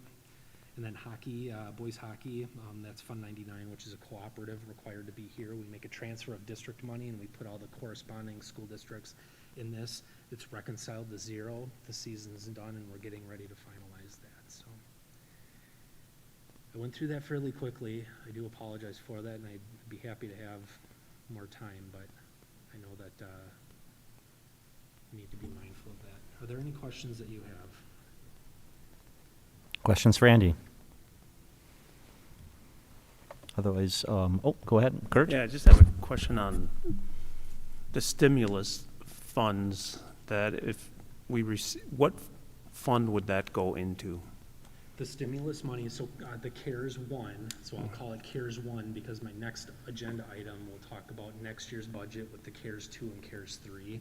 CARES 1 is reflective in the general fund. We received $498,000 this year. $70,000 approximately goes to private schools. That's the only CARES dollars that we share with the private schools. CARES 2 and 3 were written different, that those will, once they determine the dollar amount, will be all of the district's dollars. But those are all reflected in the general fund.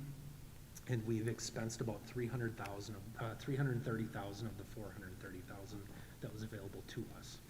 It's available both this year and continues into next year. So all the CARES dollars kind of bridge over about 2 years plus a couple months.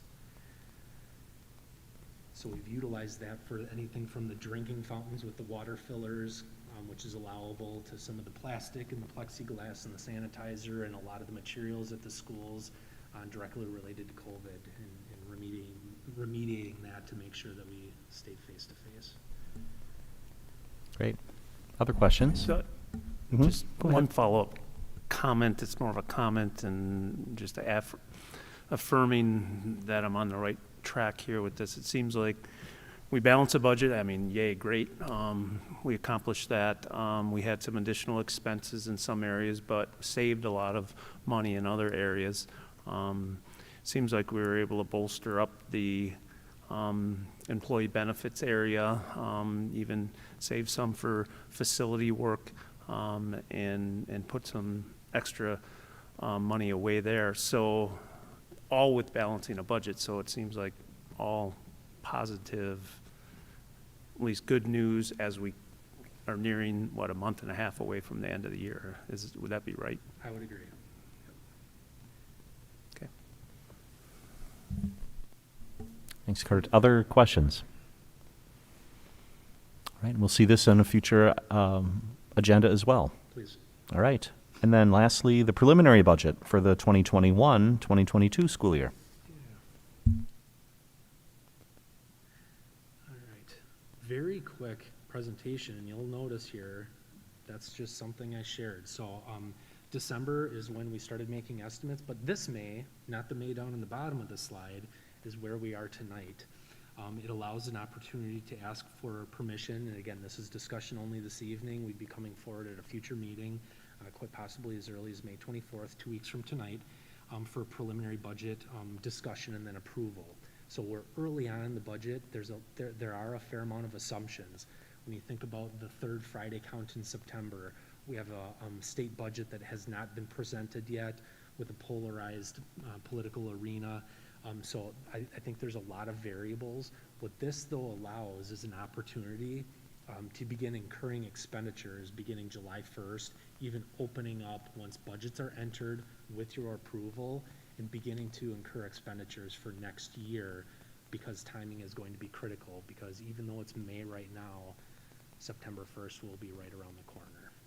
So this process, and again, this is step 2, coincidentally. The last document, we're at step number 7, but it's development of a proposed budget, bringing that forward, staying connected with you, making sure that we're still hitting some of our targets and our milestones. We're in process right now. Departmental budgets were due a week and a half ago. School budgets with their requests are due, I think it's Thursday, either Wednesday or Thursday of this week. So we're going to be spending a fair amount of time right now going over those, making sure that they're in alignment with the district's strategic plan, priorities, making sure that they have a measurable outcome in how we're spending those dollars. How I classify the approval that's going to be given soon, hopefully on May 24th, is it's things that we're going to be incurring expenditures, sending out purchase orders for things that are vital.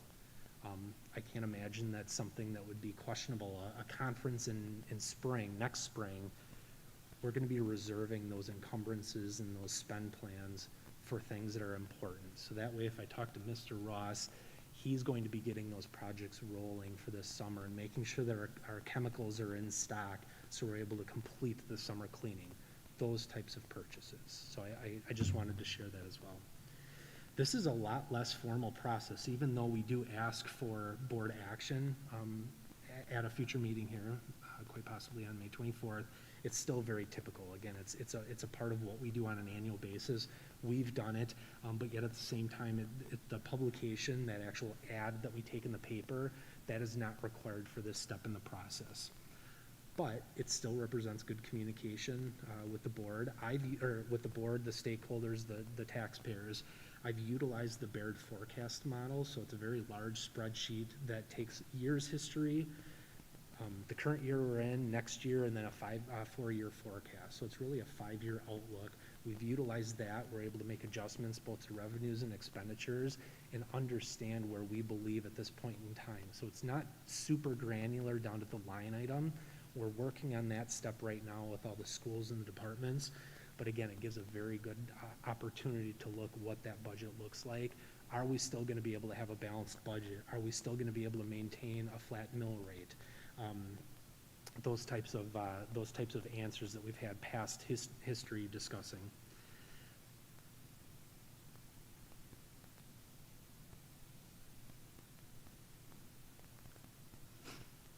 So as we look forward, and this is a fairly similar slide, it almost threw me off for a little bit of a loop. Between now and October, when we set the final levy, the final mill rate, and the final budget, some things that still have to happen between now and then. Enrollment will continue to be monitored. We don't get those final numbers until the third Friday in September is when it's taken place, allowing for a couple of weeks to get all that information compiled and finalized. Benefit costs, we just had a meeting this morning with our benefit consultants. We're looking at estimates at this point in time, but the estimates that went into this budget that's in front of you, this preliminary budget, align with that meeting and where we're trending based on our health and dental for the year. Instructional delivery between Ms. Jackson's presentation on the virtual platform next year, even the face-to-face, and what we're going to need to continue. Mr. Ross brought you a list of about $1.7 million back in January. That's incorporated into this budget. We're utilizing the appropriate dollars to get those projects completed, coordinated and completed. Technology services between student and staff devices. We're planning appropriately based on Mr. Harder's 10-year technology plan and what we need to do to stay on course with that. Curriculum and professional development, we need to take a look at that. As I mentioned, that was probably one of the areas this year that we did different. What's that going to look like next year, and planning appropriate for those both student offerings as well as the staff opportunities to look normal again and incurring those expenditures. One of the biggest things is I talk about time is a big commodity right now. One of the other ones is patience. So a state budget, we have a couple of months before that happens. We can hear all of the chatter, as I included in last week's update. We just need to be patient with that, continue to monitor it, stay on top of it, incorporate when we start believing that there's going to be a variance based on what we've assumed, and then do that into the fall and bring forward a solid budget coming forward.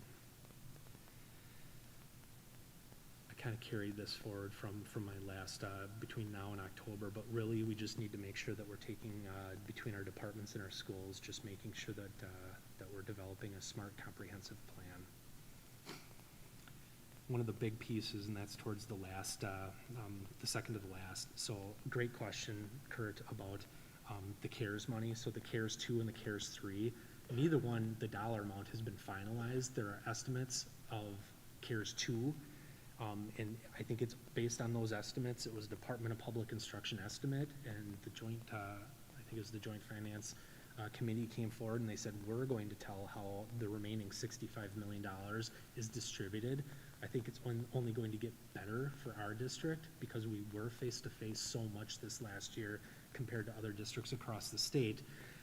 CARES 3, we don't know how much it's going to be.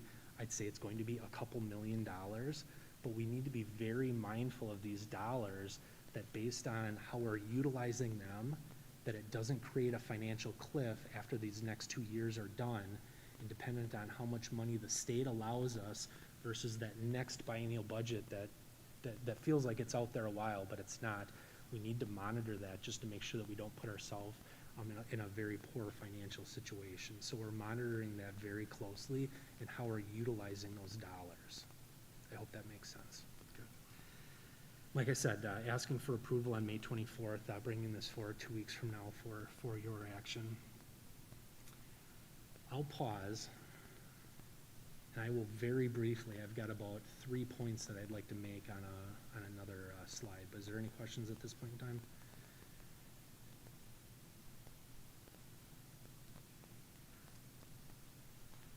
As we've been incorporating, and this is what I'd call a scenario A and B. We did this last year, and that was just due to simply COVID. We weren't sure what the state legislature was going to do. Truly, at this point in time, we believe that it could be conservative, where there's no additional dollars, or scenario A, no revenue limit increase for this next year, or a scenario B, where there may be up to $200, $300 per student that would be granted to school districts across the state, and or a 4% increase in special education categorical aid.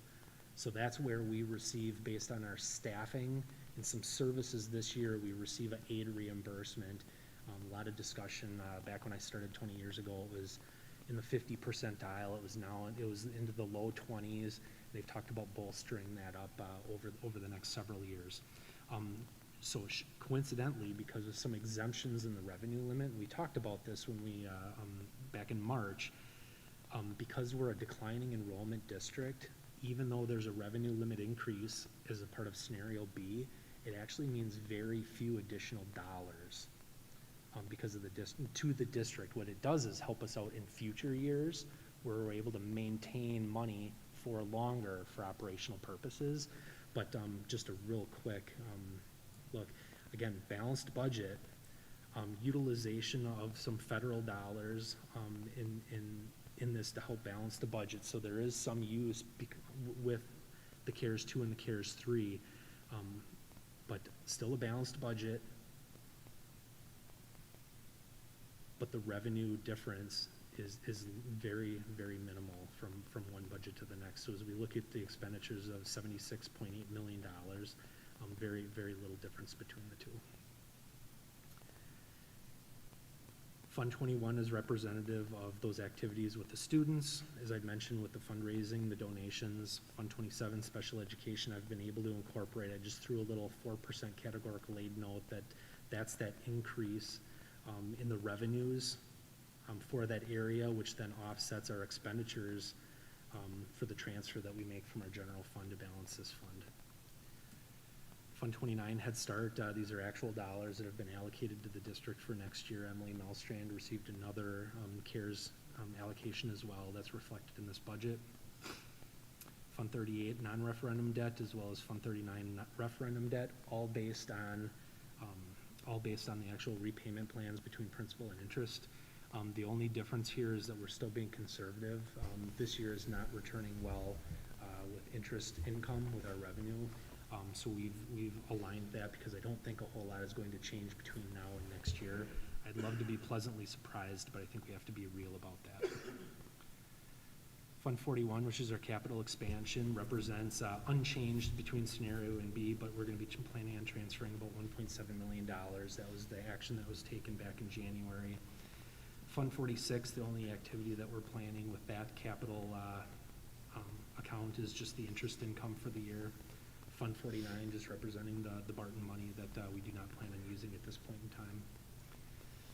As I shared at the last meeting, Fund 50, which is nutrition, the USDA continued the free meals, not just through this summer, but all the way through next school year.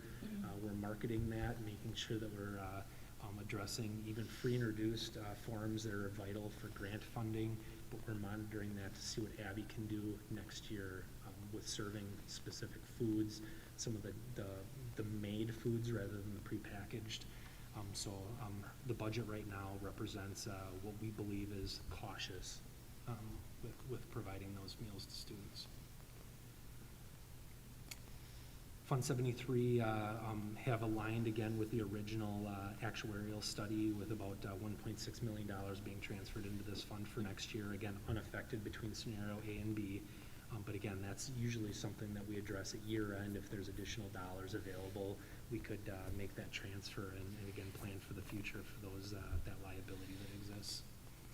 Fund 80, no changes really. What we're looking at is slow utilization of the fund balance, but still providing the same programs and services. So between middle school sports, some before and after school programming, school resource officer, that's really what is aligned in this Fund 80. No change. I think it's been the same for about 3 or 4 years now. And then again, just that boys hockey co-op reflecting what they believe their budget's going to be needed for next year, both revenues and expenditures. So. Can you go back to page 4? Yeah. So if I'm reading this right, and I did go back and look at Dave Ross's projects for the 21-22 school year, coming in at about 1.673 million.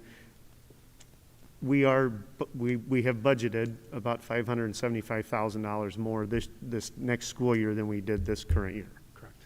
And that was up quite a bit from 473,000 in the 19-20 school year. Correct.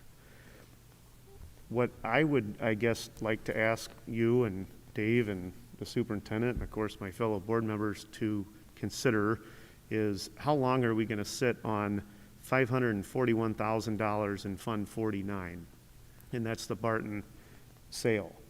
And we sold that building, I want to say, either a year and a half ago or 2.5 years ago, because it closed right before New Year's. I remember signing the paperwork when I was the president. But how long are we going to sit on that money? You know, we have parents emailing us that the softball field is in terrible shape, that the baseball field's in terrible shape, that, you know, we've got an East Library now that is practically unusable. I mean, there's nothing in it anymore. And so, you know, we could do a lot of things with $541,000. I know that this summer we're going to remodel the Nifty Nibble, which is a great project. We're going to remodel 3 bathrooms at McLean to the tune of $300,000. I'm sure there's 3 more bathrooms throughout the district that could be remodeled. I'm not saying what to use it on, but boy, the list is still long. And so how long are we going to sit on this money, and what are we waiting for? I guess is my challenge to the administration and to the board members. If anybody's got ideas or, you know, what to do with it, I think it's time.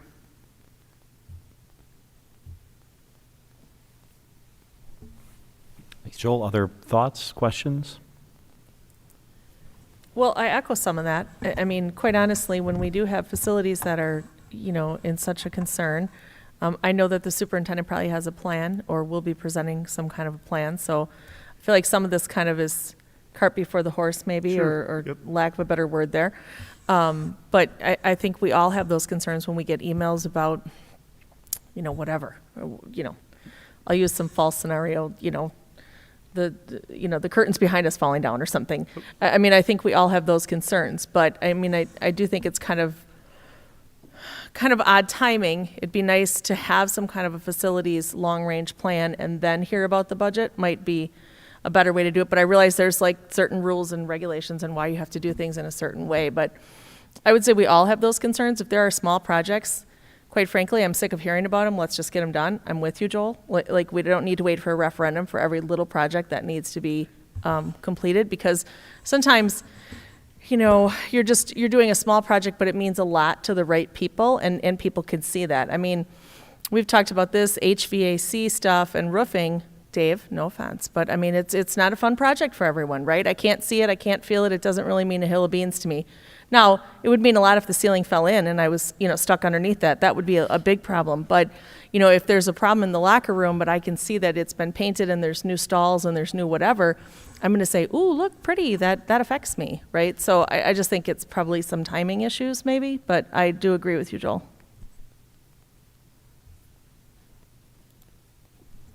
Joe, I think you bring up a good point.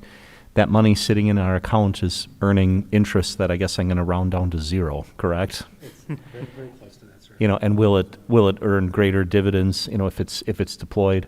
But Nancy, I think you bring up a good point too, and that is, you know, we shouldn't put the cart before the horse from a long-range plan perspective. So I guess that's maybe our challenge to the administration, is to come up with thoughts and recommendations on that. Good discussion. Other questions, thoughts?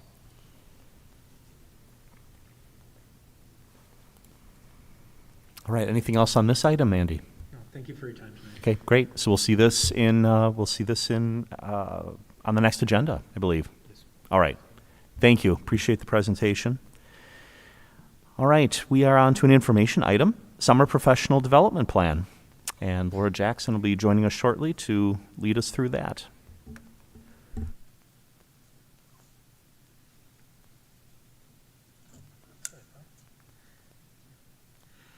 Good evening, everyone. I am very excited to speak with you about our Summer Professional Development Plan.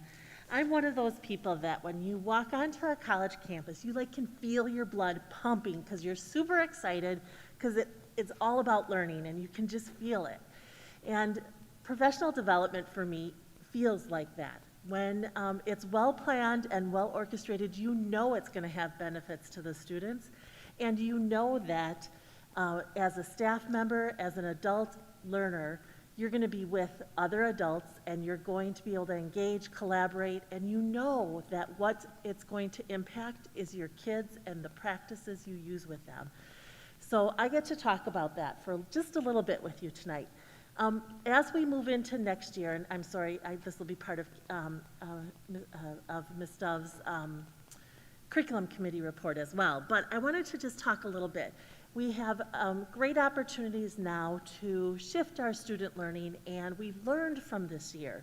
We've learned from other practices that we've done in the past, and we know that our student learning is first and foremost the part of our district that measures our outcomes and that benefits not only our schools, our community, but also the world.